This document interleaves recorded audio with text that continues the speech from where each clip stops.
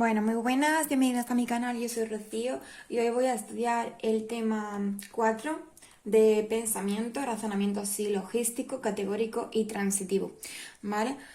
Como en el vídeo anterior, voy a mostraros cómo voy haciendo mis resúmenes, esquemas y cómo voy estudiando a la vez con vosotros. ¿Por qué? Porque esto me ayuda muchísimo a concentrarme más sabiendo que estáis vosotros presentes y que no puedo parar ni entretenerme. Así que bueno, empezamos, ¿vale? Tema 4. Espero que lo estáis viendo bien. Que no sé si lo estáis viendo bien o no, pero creo que sí. Tema 4, razonamiento silogístico.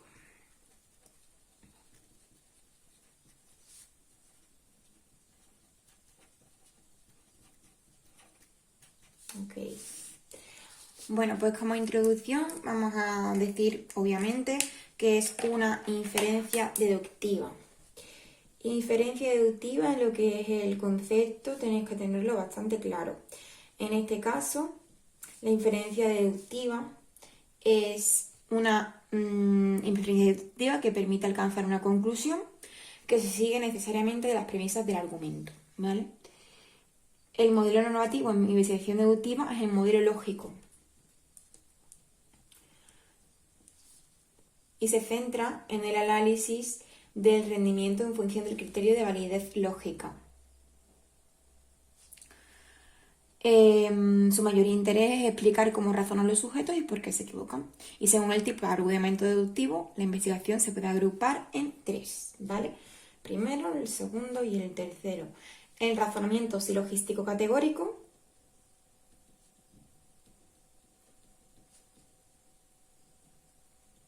que aquí hablamos que tienen preposiciones con cuantificadores.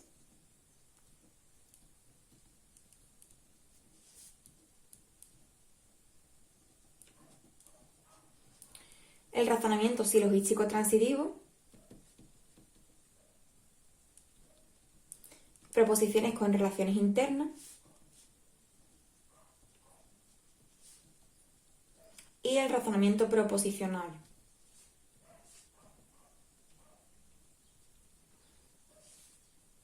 que está con las preposiciones con el condicional, el bicondicional,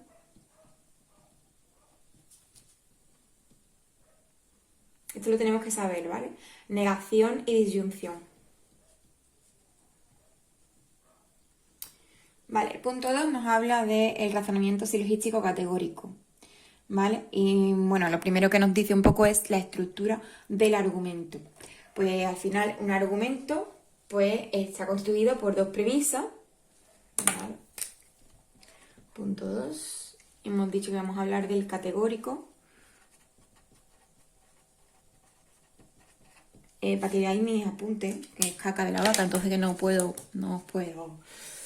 lo puedo pasar, ¿vale? Esta estructura, ¿vale? Vamos a hablar de la estructura. Y hemos dicho que el argumento está por dos premisas y una conclusión, en la que se establece una nueva conexión a través del término medio. En este libro lo denominan B, ¿vale? La premisa menor, aquí desglosamos, ¿vale? La menor es la que contiene el sujeto de la conclusión, en este caso el C.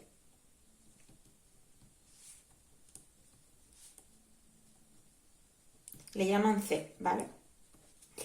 La premisa mayor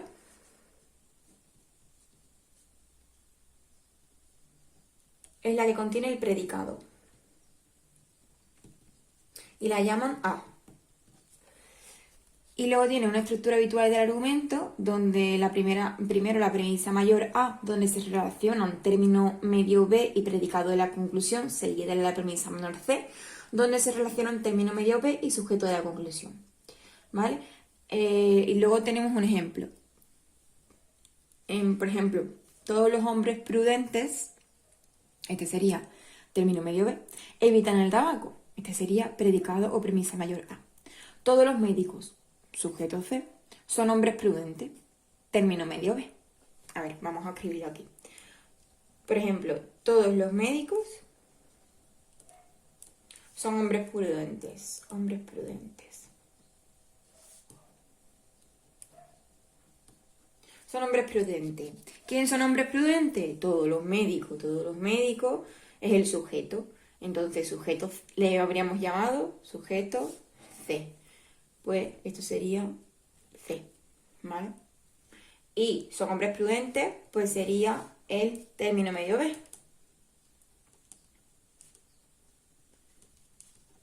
¿Vale?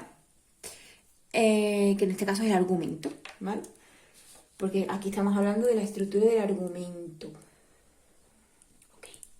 Por ejemplo, en consecuencia, todos los médicos evitan el tabaco. Pues, ¿quién evita el tabaco? En consecuencia, todos los médicos. Sujetos evitan el tabaco, predicado A.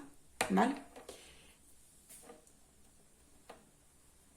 Para que entendamos, todos los B son A y todos los C son B. En consecuencia, todos los C son A. ¿Vale? Luego, vamos a hablar de la cantidad y la polaridad. La cantidad es universal y particular. Y la polaridad es negativa y afirmativa.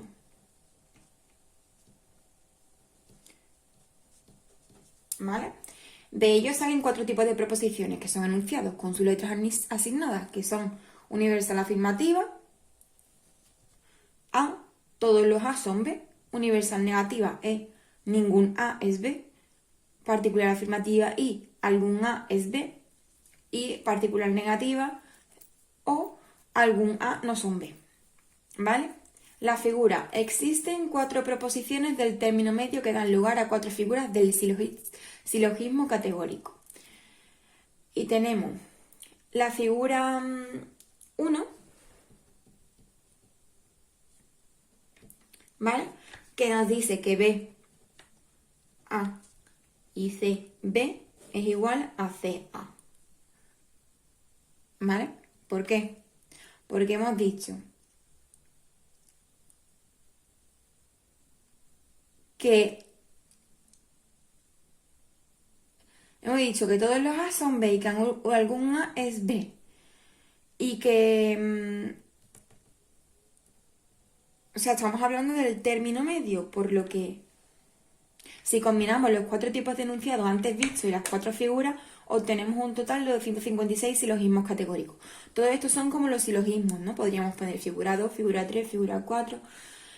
si calculamos solo el modo, obtenemos 64 silogismos categóricos, resultado de combinar sus 3 enunciados, 2 premisas y una conclusión, y los 4 modos posibles de las premisas A, E y O, que sería 4 por 4 por 4 por 4, que es 64.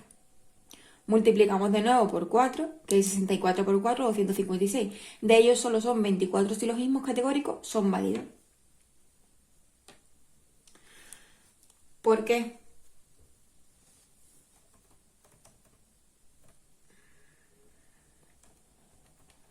Es que todo esto nos viene, para que lo podáis entender, nos viene desde el libro, ¿vale?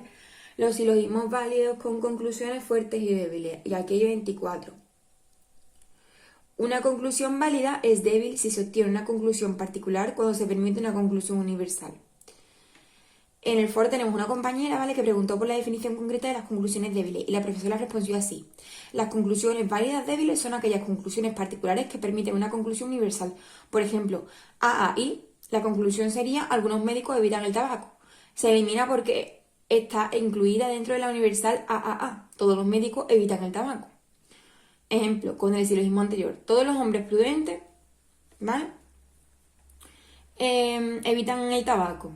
Todos los médicos son hombres prudentes y en consecuencia todos los médicos evitan el tabaco. Este silogismo pertenece a la figura 1, que es la que he puesto aquí, ¿vale?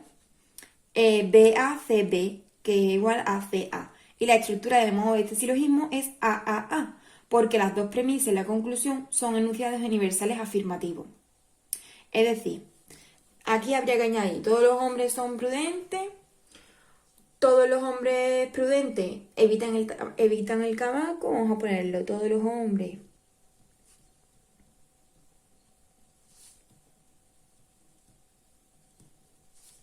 evitan el tabaco Y en consecuencia, todos los médicos evitan el tabaco.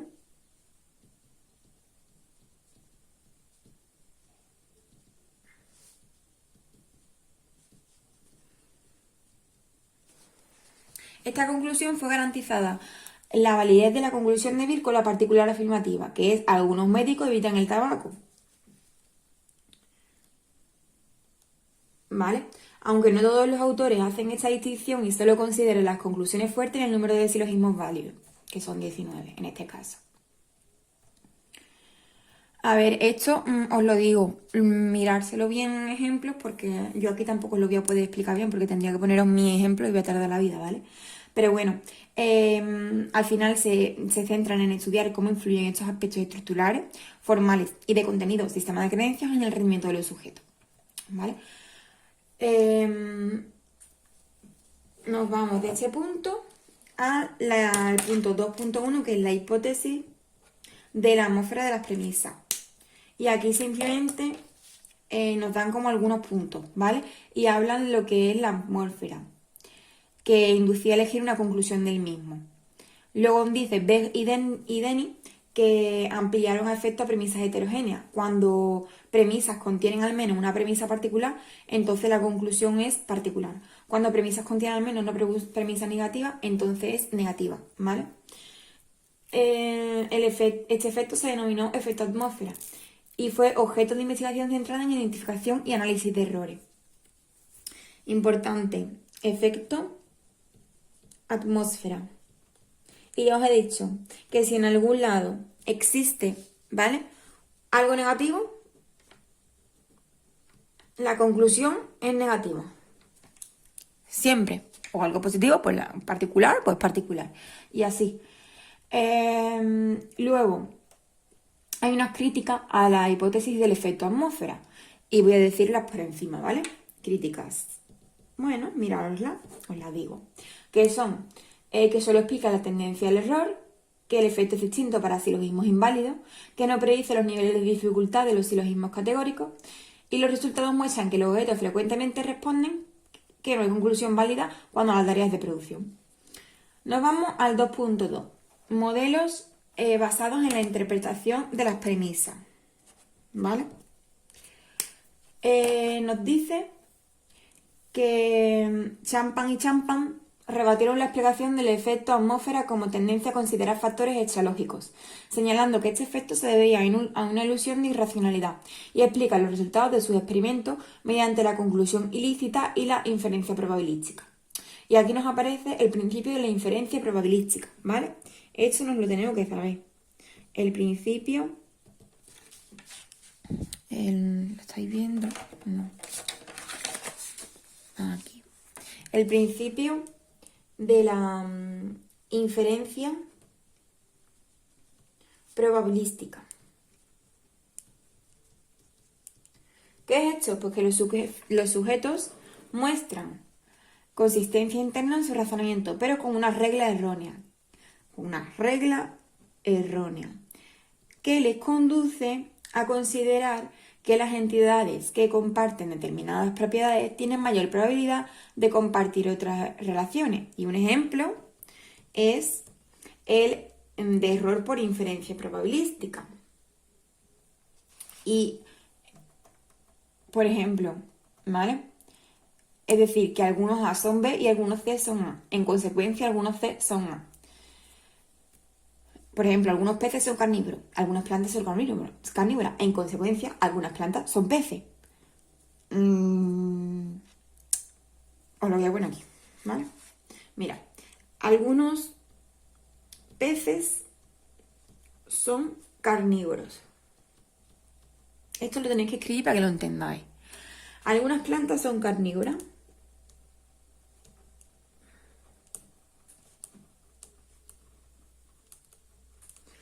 En consecuencia, algunas plantas son peces.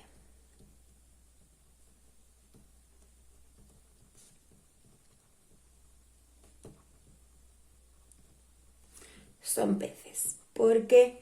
Porque hemos dicho que algunos A, esto es A, son B. Esto es B. Y hemos dicho que algunos C, que es planta, son B, que son carnívoros, ¿no? Entonces, en consecuencia, algunos C son A. ¿Vale? Esto es lo que nos está diciendo, sin más. Y luego aparece la hipótesis de la conversión ilícita de las premisas. Esto es un error en la interpretación de la universal afirmativa y de particular negativa. El error por conversión ilícita de las premisas ocurre cuando, os voy a decir cuándo ocurre este error. Conversión ilícita ocurre cuando se interpreta que la premisa universal afirmativa A, ¿vale? Dice que todos los A son B. Es equivalente a todos los B, ¿no? Por ejemplo, todos los hombres son seres mortales. Esto no es equivalente a todos los seres mortales son hombres. Por lo que aquí es un error, ¿vale? Y luego hay otro error, que es que se interpreta que la premisa particular negativa O, es decir, algunos A no son B, es equivalente a algunos B no son A. Y si dicen que algunas personas no son deportistas, no es equivalente a algunos deportistas no son personas, ¿vale? Y aquí veis que le he cambiado el genérico masculino a esta premisa porque en algunos deportistas no son hombres, inducía a error, siempre. Entonces, tener en cuenta que esta conversión, si es lícita, para las premisas en modo, o sea, cuando sí es lícita, ¿vale? Es que para las premisas en modo universal negativa, ninguna es A. Es lo mismo decir, ningún hombre es un ser inmortal, que ningún ser inmortal es un hombre. O, para la particular afirmativa I, sería... A ver, seguimos. Hemos dicho que si se interpreta que la premisa particular negativa O, que dice que algunos A no son B, es equivalente a algunos B no son A. Es decir, algunas personas no son deportistas, no es equivalente a algunos deportistas no son personas. ¿Vale? Luego, nos vamos a ir directamente a la tabla 4.1, ¿vale? Y vamos a tener en rojo las conversiones ilícitas. Y nos dice que en la universal afirmativa A nos dice que el sujeto está distribuido y el predicado no. En la particular negativa O nos dice que el sujeto no está distribuido y el predicado sí. Si se realiza la conversión a este tipo de enunciado, se transformaría un término distribuido en uno no distribuido, generando una inferencia no garantizada en el enunciado original. En la universal negativa, ambos están distribuidos y en la particular afirmativa, ninguno está distribuido. Estos tipos de distribución sí permiten la conversión del enunciado sin alterar la cantidad ni la calidad. Esto lo podéis ver perfectamente en la tabla, ¿vale? Seguimos. Reblis y Reblin, ¿vale? Lo tenéis que ver por aquí porque lo tenía escrito y se me ha borrado el vídeo. Nos dicen que en la conversión ilícita ocurren diferentes cosas, que se basa en la conversión de todas las premisas y que su supuesto principal es que se prefiere razonar con las versiones convertidas de las premisas. Y hay tres etapas. Está el procesamiento, la codificación y la comparación. Importante, Reblin y Leibler nos dicen que el razonamiento silogístico con contenido es mejor que el abstracto. El contenido bloquea la conversión de las premisas en el proceso de codificación. Y los resultados experimentales contradicen que el efecto de contenido o de las creencias se mantiene incluso en silogismos donde la conversión no altera la validez del argumento. Y hay unas críticas a los modelos de conversión, que es que no explican el efecto figura del silogismo y no explican el efecto atmósfera bajo el supuesto de que el razonamiento es lógico correcto, pero con representaciones invertidas de la premisa y sin considerar la figura del silogismo. Hemos visto los modelos de conversión y ahora veremos los del efecto de contenido y los de conversiones lingüísticas, ¿vale? Aquí tenemos que tener que en general los resultados nos cuentan que en la tabla 4.2 los sujetos tienden a considerar que un argumento es válido si están de acuerdo con la conclusión y considerarlo falso si no están de acuerdo. ¿Vale? Hallaron una interacción entre validez lógica y credibilidad de conclusiones. Podemos ver en la figura 4.2 y en la 4.1 todos los resultados y hallamos que sujetos aceptaban más conclusiones creíbles, que es el 80%, que increíbles, 33%. Esto es con independencia de su validez lógica, es decir, tanto en silogismos válidos como inválidos. Que la aceptación de conclusiones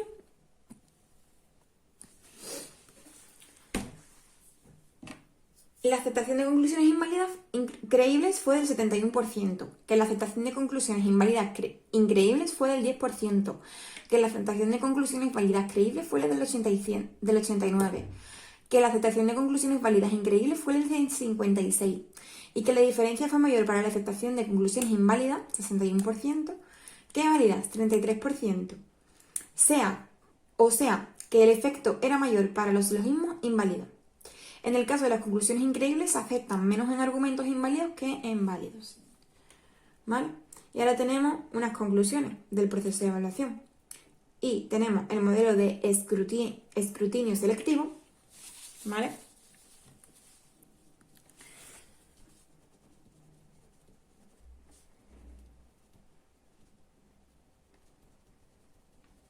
Y ahora os lo explico. Es importante, por eso lo copio. Que este modelo explica la interacción entre validez lógica y credibilidad de conclusiones.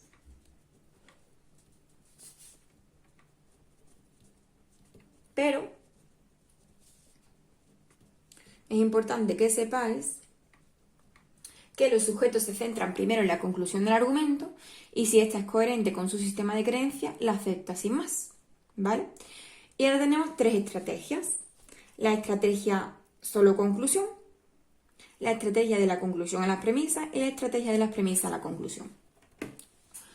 Crítica de este modelo. Pues tenemos diferentes críticas, ¿vale?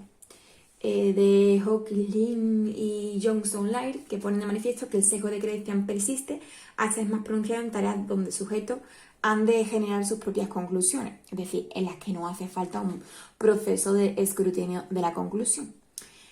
Y que luego tenemos el modelo basado en una mala interpretación de la necesidad lógica. Aquí tenemos, pues, premisas verdaderas. Por ejemplo, el silogismo inválido e indeterminado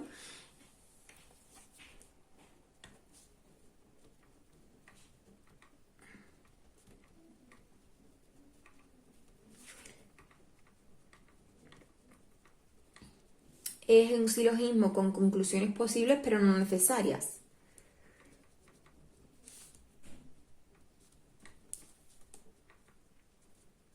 Y el silogismo inválido determinado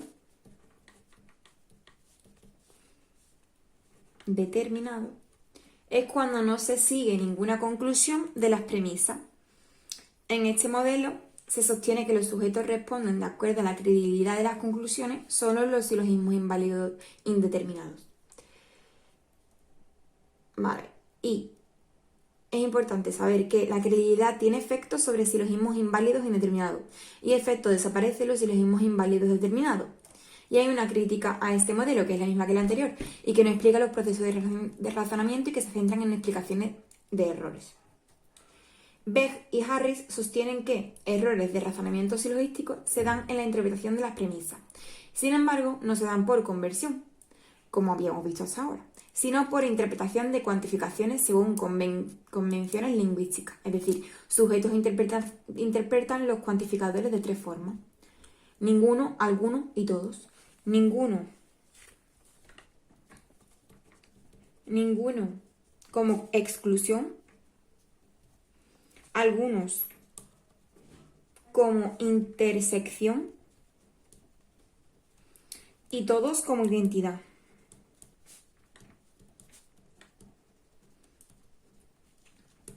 ¿Vale? En la tabla 4.2 vemos el cuadro de oposición, donde vemos las relaciones lógicas que se establecen entre los cuatro enunciados categóricos, ¿vale? Y desde la perspectiva de la máxima cantidad, el significado lógico de algunos sería una transgresión de las máximas conversacionales, ya que se sabe que todo también es verdadero y este cuantificador transmite más información que algunos. En la misma línea de trabajo, Begg, Nestiad y Politzer hallaron que la interpretación de algunos cuantificadores se rigen por implicaturas conversacionales y no por la lógica. Luego, los modelos basados en la representación de conjunto. Este es el punto 2.3, que es donde tenemos la universal afirmativa, que donde todos los A son B. Universal negativa, ninguna A, y aquí nos lo expresan mediante círculos. Por ejemplo, este sería un subconjunto, ¿vale? Este sería todos los A son B. Todos los A son B. Espero que lo estéis viendo, sí. Esta sería la universal afirmativa. Y su identidad, pues sería A igual a B. Si luego nos vamos a una disyunción, sería A y B. Esta sería una disyunción. Porque es una universal negativa. Es decir, que ningún A es B. Ningún A es B, ningún B es A. Y luego tenemos varias más, ¿vale? Las podéis mirar sin problema. Luego tenemos el método de círculos de Euler. Este método es círculos de Euler. Es una técnica lógica para la inferencia silogística que utiliza círculos para representar, es decir, en un plano euclidiano, las relaciones entre los conjuntos comprendidos en las premisas de los argumentos, y aquí tenemos la figura 4.3 para ver todas las relaciones posibles según este método. Y esto hay que sabérsela sí o sí. ¿Vale? Para saber si una conclusión es válida, hay que considerar todas las combinaciones posibles de los diagramas de las dos premisas del argumento. Y para saber si un argumento es válido, la conclusión será válida en todos esos diagramas. Y hay un proceso muy costoso. El número de combinaciones posibles, que suele ser mayor que el número del producto de diagramas de ambas premisas, ya que existe más de una forma de combinación de diagramas, como se ve en la figura 43. ¿Vale?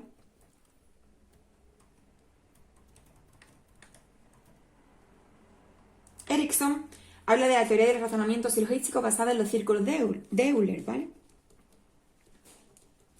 Y aquí hay varias etapas. La primera etapa, la segunda, la tercera y la tercera.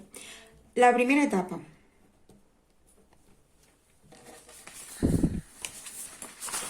En la primera etapa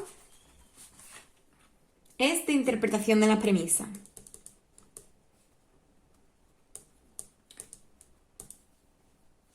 Aquí nos dicen que los sujetos representan cada premisa de forma análoga a la representación espacial de los círculos de Euler. Interpretaciones de las premisas llevan asociados parámetros probabilísticos que determinan su selección y que la interpretación de las premisas influirá el contenido del argumento. Segunda etapa. Esta es combinación.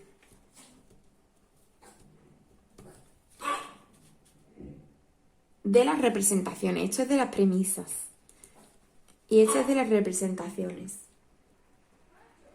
Y luego tenemos la tercera etapa, que es la de selección.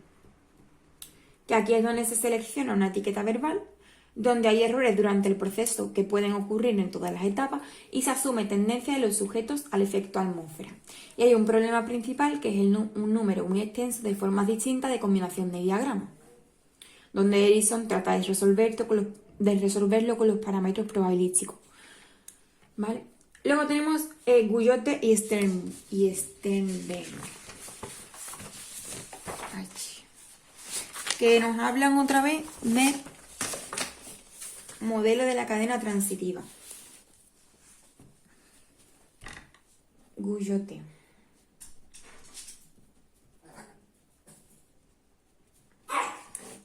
Del modelo de la cadena transitiva. Vale, aquí tenemos también etapas, ¿vale? Pero os voy a decir, este paso de modelo se encuentra en la especificación de los procesos de combinación y comparación de interpretaciones de las premisas. Y tenemos la primera etapa, que es la de interpretación de las premisas exhaustiva y libre de errores. La segunda etapa es el proceso de combinación.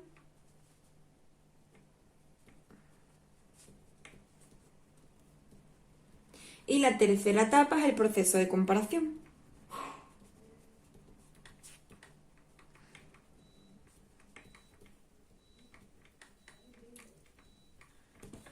Las críticas a este modelo eran que asume que no hay errores en la primera etapa y los datos experimentales dicen todo lo contrario, y tampoco contemplan los efectos de la figura, y se recurre al efecto atmósferas como sesgo de respuesta, pero sin explicación psicológica. ¿Qué quiere? Seguimos.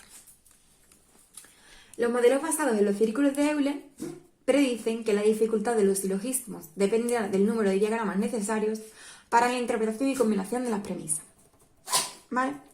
Ahora vamos a ver los diagramas de Venn, que son propuestos por Newell como aproximación para la explicación del razonamiento silogístico. En la otra técnica lógica para representar relaciones entre conjuntos, pues este método solo utiliza un diagrama. Y vamos a ver la figura 4.4, donde vemos los 4 tipos de enunciados categóricos con diagramas de Venn. La zona sombreada del conjunto A representa la parte sin miembro, ya que no existen elementos pertenecientes al conjunto AB en A. En la negativa pasa lo contrario, se sombrea justo la zona de intersección AB, es decir, ningún A es B, por tanto no hay intersección posible, o son A o son B. ¿Vale? Y así sucesivamente. En la figura 4.5 vemos la representación mediante diagramas de Venn del silogismo válido EAE de la figura 1. Son términos A, B, C del silogismo y se presentan mediante 3 círculos dentro de un cuadrado que representa el universo del discurso. Como es contenido abstracto, resulta difícil entenderlo la primera, pero es sencillo. ¿Vale? La primera premisa es ningún B es A. La segunda premisa es todos los C son B. O sea, la primera premisa, ningún B es A. La segunda premisa es que todos los C son B. Y la conclusión es que ningún C es A. Por tanto, la figura A es la 1 y sería BA, CA, que es igual a CA. ¿Vale? Es lo que hemos hecho aquí. BA, C. Perdón, este es B, ¿vale? CB y CA. La premisa 1, ningún B es A, se representa sombreando la intersección de... Y mira, os lo voy a poner, ¿vale? Sería 1, 2 y 3.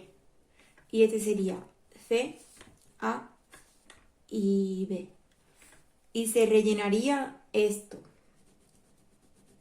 Porque este es ningún B, es A.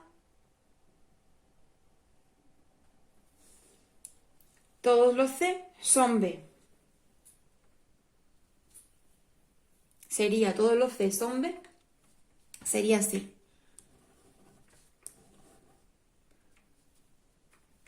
Este sería C, A, B, otra vez igual que antes, pero esto sería todo lleno, coloreado, y estaría también coloreado esto. Como no ha tocado el B, pues todos los C son B. Ah, no puede ser. Y aquí ningún B es A. En este caso, porque ninguno de los B que hay aquí es A. Y bueno, podéis ver lo siguiente, ¿vale?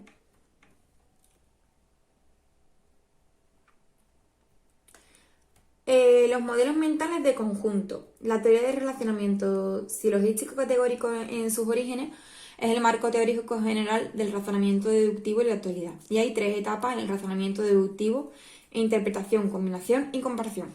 Esto lo vimos al principio del todo, lo que pasa es que aquí lo vamos a desglosar, ¿vale? Sería 1.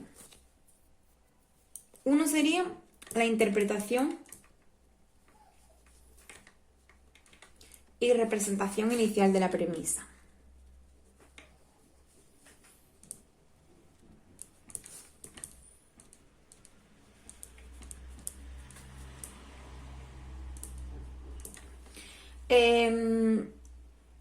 Pues se construye un modelo mental inicial asume un principio de economía y se entiende que el modelo inicial representa la cantidad de información explícita necesaria para la interpretación de la premisa.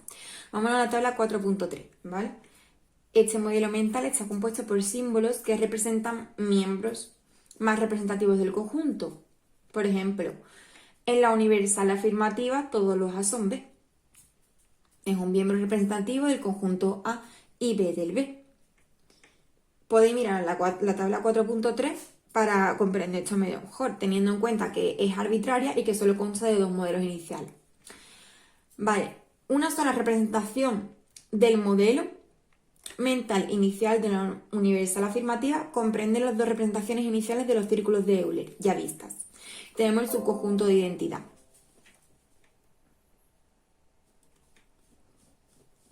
La 2 sería la combinación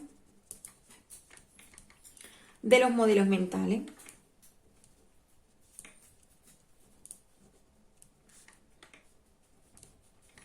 Y esto sería para generar una descripción lo más sencilla posible de los modelos mentales distribuidos. A partir de las premisas, la descripción debe enunciar algo implícito del contexto de las premisas y será la conclusión tentativa del argumento. Su funcionamiento es que para combinar los modelos mentales iniciales en una sola descripción, se añade el modelo mental de la segunda premisa a la primera, mediante el término medio. Un ejemplo, si la segunda premisa es también universal afirmativa, todos los B son C, la representación sería, mira, si todos los B son C, la representación sería B pequeño, C, B, C, sucesivamente. Y combinando ambos modelos mentales quedaría que A y B es C, que A y B es C, y así sucesivamente. ¿Vale? La conclusión tentativa entre A y C sería que todos los A son C y algunos C son A.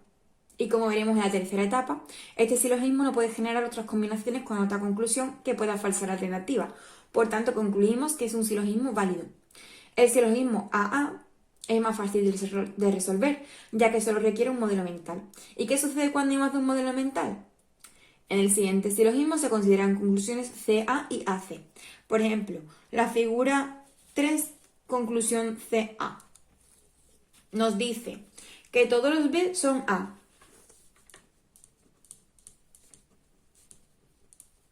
Y ningún B es C. A este le vamos a llamar A y a este le vamos a llamar E. La premisa nos dice que B, A y B, A. Pues por lo mismo de antes. ¿Vale? Y luego se combinan los modelos. Y luego la última sería la comparación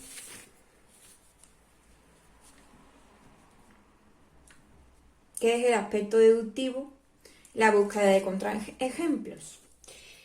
Aquí dicen que es una dificultad de los problemas que viene explicada en términos de capacidad de procesamiento.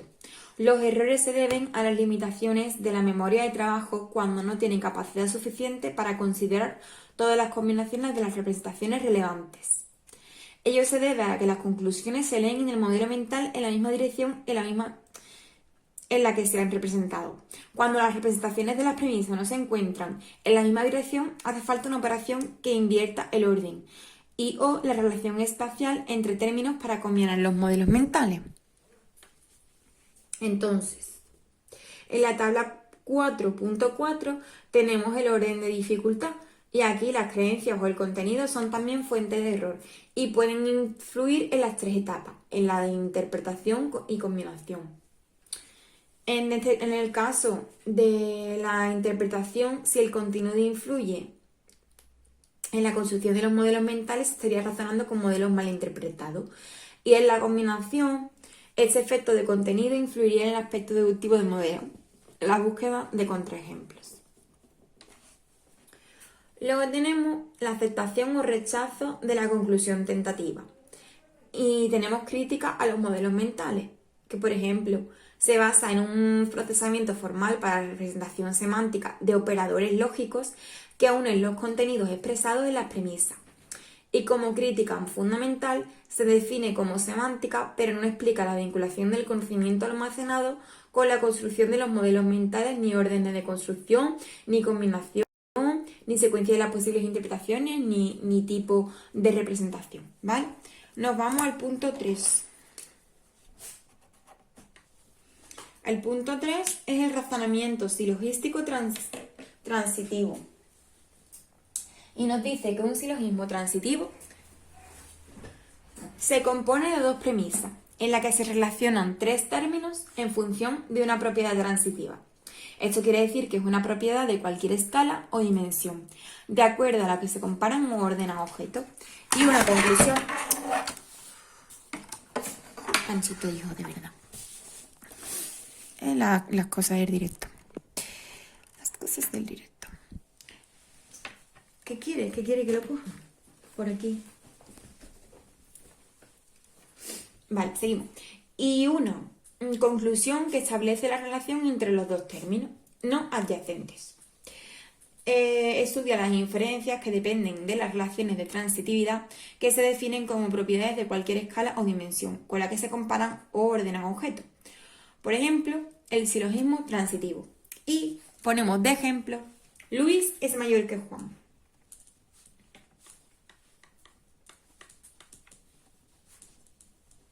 Juan es mayor que Pedro.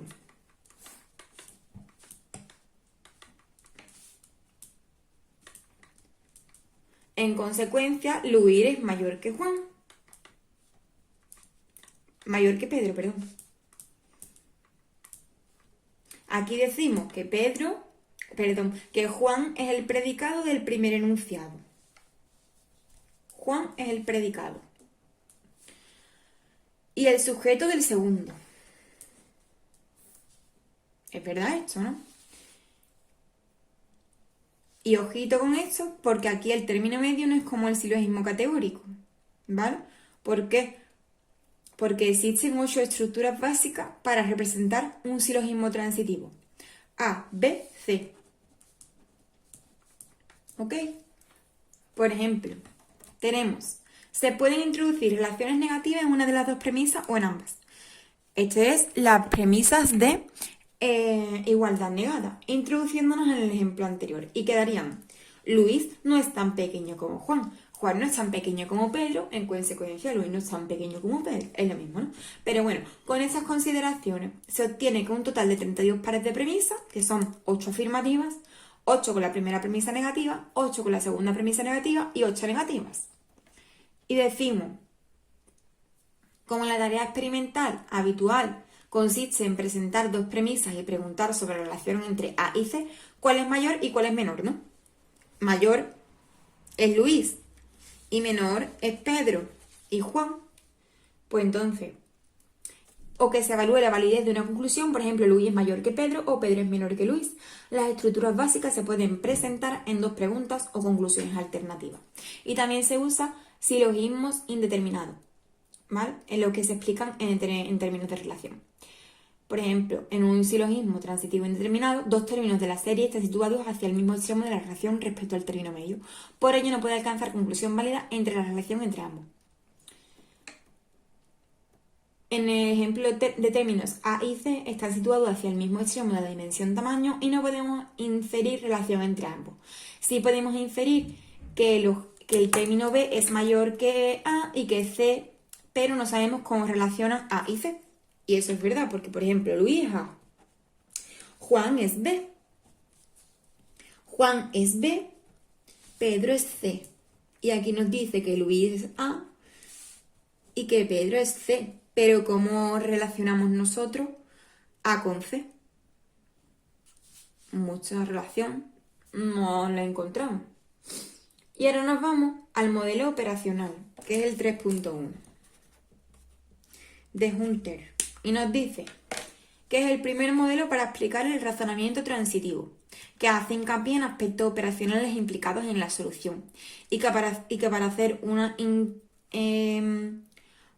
una inferencia transitiva es necesario que las premisas contengan la misma relación y que el término medio sea el predicado de la primera premisa y el sujeto de la segunda.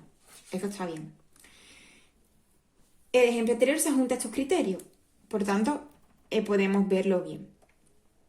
Si el argumento no contiene la misma relación, Pedro es menor que Juan o no viene expresado en un orden natural, Pedro no es mayor que Juan, entonces se aplica conversión y retroordenación de premisa. Con esto se logra que los términos medios de ambas premisas sean adyacentes, logrando que los términos medios se ubiquen contiguos. Ejemplo, Luis es mayor que Juan o Pedro es menor que Juan. Hacemos la conversión a Juan es mayor que Pedro. De esta forma conseguimos colocar los términos medios Juan, ¿vale? La estructura formal quedaría A, B,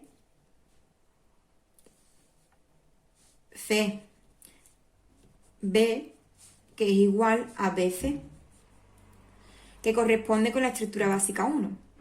¿Vale? En la tabla 4.5 podemos ver que los últimos problemas 4 y 8 podrían resolverse haciendo la conversión en la primera premisa, pero como la primera premisa marca la dirección de la serie, se prefiere realizar reajustes sobre la segunda. ¿Vale? Los resultados experimentales no apoyaron todas las predicciones del modelo operacional. Johnson, Laird y Vara encontraron efectos figura también en los silogismos transitivos. Nos vamos al 3.2. ¿Vale? Aquí nos habla de los modelos basados en imágenes mentales y nos habla de Sutton, London y Handel. Nos dicen que se requiere combinar interpretaciones de las premisas en una representación unitaria y especial, que se basa en la elaboración e interpretación de una imagen del contenido de las premisas, que tiene dificultad, depende del tipo de términos relacionales empleados en las premisas, es decir, que se centra en la dificultad de elaborar representaciones espaciales para que correspondan a la serie de 3 términos. Y hay 2 principios generales en el proceso de elaboración de imágenes. ¿Vale? Tenemos 2 principios. Tenemos el principio de preferencia relacional,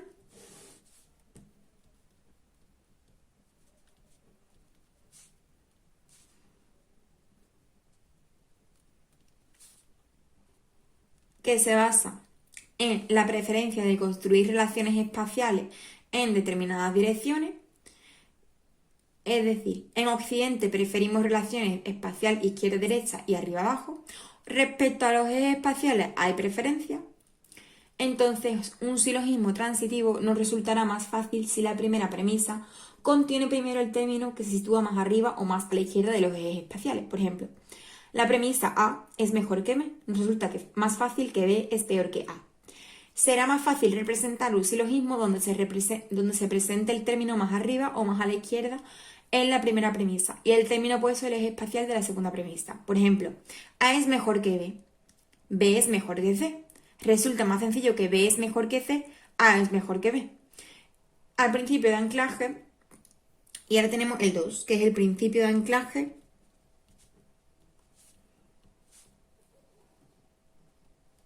de los extremos. Esto nos dice que postula que la construcción espacial será más fácil cuando se enuncia primero uno de los 2 extremos espaciales. Las premisas más fáciles, pues la de los términos extremos de la serie al término medio. Por ejemplo, de A a B o de C a B es más fácil que de B a o a O, o a C, perdón. Obviamente, ¿vale? No nos líen. De acuerdo a estos 2 principios, los sujetos construyen un eje mental marcado por la preferencia direccional de colocación de los 3 términos de la serie, obteniéndose la solución mediante lectura de esta representación espacial. Y ahora tenemos los resultados experimentales. Los resultados son que La construcción de disposiciones espaciales en silogismos transitivos se ajusta a las preferencias culturales, por ejemplo, lectura y escritura arriba, abajo, izquierda, derecha. Que el principio de anclaje de los extremos solo se ajusta en la segunda premisa. ¿Vale? Y bueno, y tenemos los silogismos A es mejor que B, C es peor que B, que es el 90% de acierto, y los silogismos B es peor que A y C es peor que B, el 92% de acierto. Sin embargo, si los mismos silogismos B es peor que A, B es mejor que B, tiene un 82% de acierto. Como vemos, el principio de anclaje de los extremos solo influye en la segunda premisa. Y luego tenemos el 3.3, que es el modelo lingüístico. El modelo lingüístico de Clark habla la inferencia transitiva que se basa en las representaciones proposicionales. Y hay 3 principios generales. El principio de marcado léxico,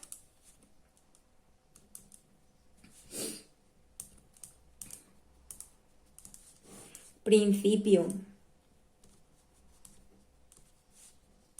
de marcado léxico. Este es la dificultad de ese principio viene impuesta por el proceso de comprensión de las premisas, contiene un adjetivo no marcado y un adjetivo marcado. Luego tenemos el principio de primacía de las relaciones funcionales.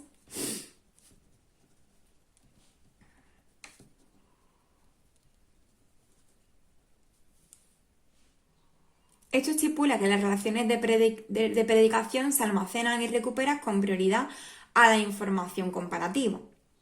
Al ser prioritaria la información del predicado A, la comparamos. En la construcción de la representación preposicional del silogismo se pierde el término medio B, haciendo que el problema sea más difícil, pues se debe recuperar para realizar la inferencia A-C. Aquí en el foro nos ponen este ejemplo que facilita la comprensión, ¿vale? Nos dice que en un silogismo completo como María es mejor que Ana, Ana es mejor que Irene, las personas representarían que María es mejor, Ana es mejor y Irene es menos buena.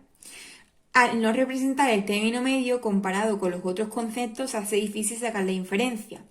Y la dificultad de ese principio viene impuesta por el proceso de comprensión de las premisas. ¿Vale? Luego tenemos el 3, que es el principio de la congruencia.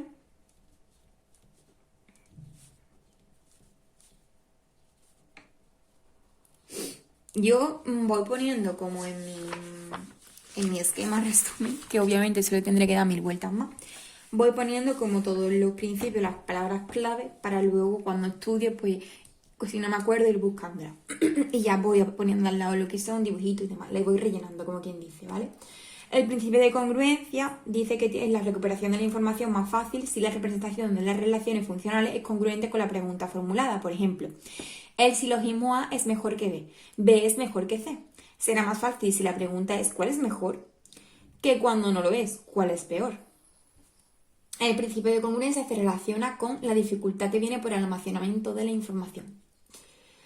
Entonces, el modelo de la imagen y el modelo lingüístico tienen en común que ofrecen las mismas predicciones para las relaciones alternativas, aunque por razones distintas, las predicciones del principio de preferencia direccional coinciden con las del principio marcado léxico. La facilidad de la disposición arriba-abajo se encuentra predicha por la facilidad de los términos comparativos no marcados. Clark nos dice que en las premisas negativas hay datos experimentales que apoyan el modelo lingüístico. Y hay unas premisas negativas que tendrían su equivalente en las afirmativas. ¿Vale? Ante estas controversias, Sternberg crea el modelo mixto que reúne unos aspectos lingüísticos y espaciales para la explicación del razonamiento con serie de 3 términos, utilizados en distintas etapas del proceso de solución de problemas. Y aquí tenemos un modelo mixto, aparte, ¿vale? Y nos dice, los postulados del modelo es que se procesa primero la información lingüística de las premisas, los modelos lingüísticos sean relacionados con adjetivos marcados, cuando la segunda premisa es de igualdad negada y la codificación lingüística tiene como objeto gramatical el término medio, se propone el proceso de búsqueda del término medio. Que se construye representación unitaria, que si respuesta se encuentra en la segunda premisa, la lectura es inmediata. Si la respuesta se encuentra en la primera premisa, recorrido a través de la serie espacial. Datos experimentales sobre tiempos de solución de silogismos transitivos se ajustan mejor al modelo mixto. Y listo. Nos vamos al 3.4, que es la teoría de los modelos mentales. Cambiamos. Esto se puede, ¿eh? Esto es solamente el comienzo de la asignatura. ¿Que nos queda estudiar? Pues sí, mucho. Pero este solo es como el comienzo para ir entendiendo un poquito y demás. Teoría de los modelos mentales. Esto dice que defiende una representación integrada de la información basada en la construcción de modelos mentales y centra su análisis en el proceso de inferencia. La idea central de la construcción de un modelo mental. Tiene dificultad de los problemas, que depende del número de modelos mentales que puedan construirse a partir de las premisas, y en los problemas que da lugar a un modelo mental no hay conclusión válida. Los resultados experimentales apoyan las predicciones de la teoría de los modelos mentales. Era el número de modelos mentales y no el de regla el que determinaba la dificultad de los problemas. La memoria de trabajo es a su vez constituida por dos subsistemas temporales, el almacén fonológico y el visoespacial. Es lo que apoya la representación de una disposición espacial en razonamiento silogístico. Si durante la realización de una tarea de silogismos lineales se introduce una segunda tarea que requiere utilización del almacenamiento visoespacial, se interfiere en el rendimiento de los sujetos, ¿vale? Aunque no queda demostrado que esa representación se haya de concretar en una imagen mental. Todo esto lo dijo frente al modelo de Hagertz, ¿vale? Basado en las representaciones proposicionales aplicados a reglas. Bueno, pues hasta aquí os puedo hablar de este tema, ¿vale? Fíjate que he puesto esto y no he hecho nada. Pero bueno, es que realmente pues nos ha dicho la teoría de los modelos mentales. Lo voy a poner, ¿vale? Yo espero que os haya servido mucho para pues empezar o para repasar, ¿vale? Y bueno, nos vemos en el siguiente tema.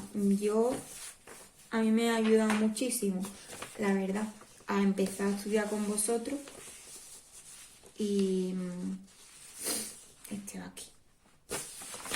Y yo espero que, bueno, que de verdad os haya ayudado, ¿vale? Así que nada, nos vemos en el siguiente tema. Un saludito.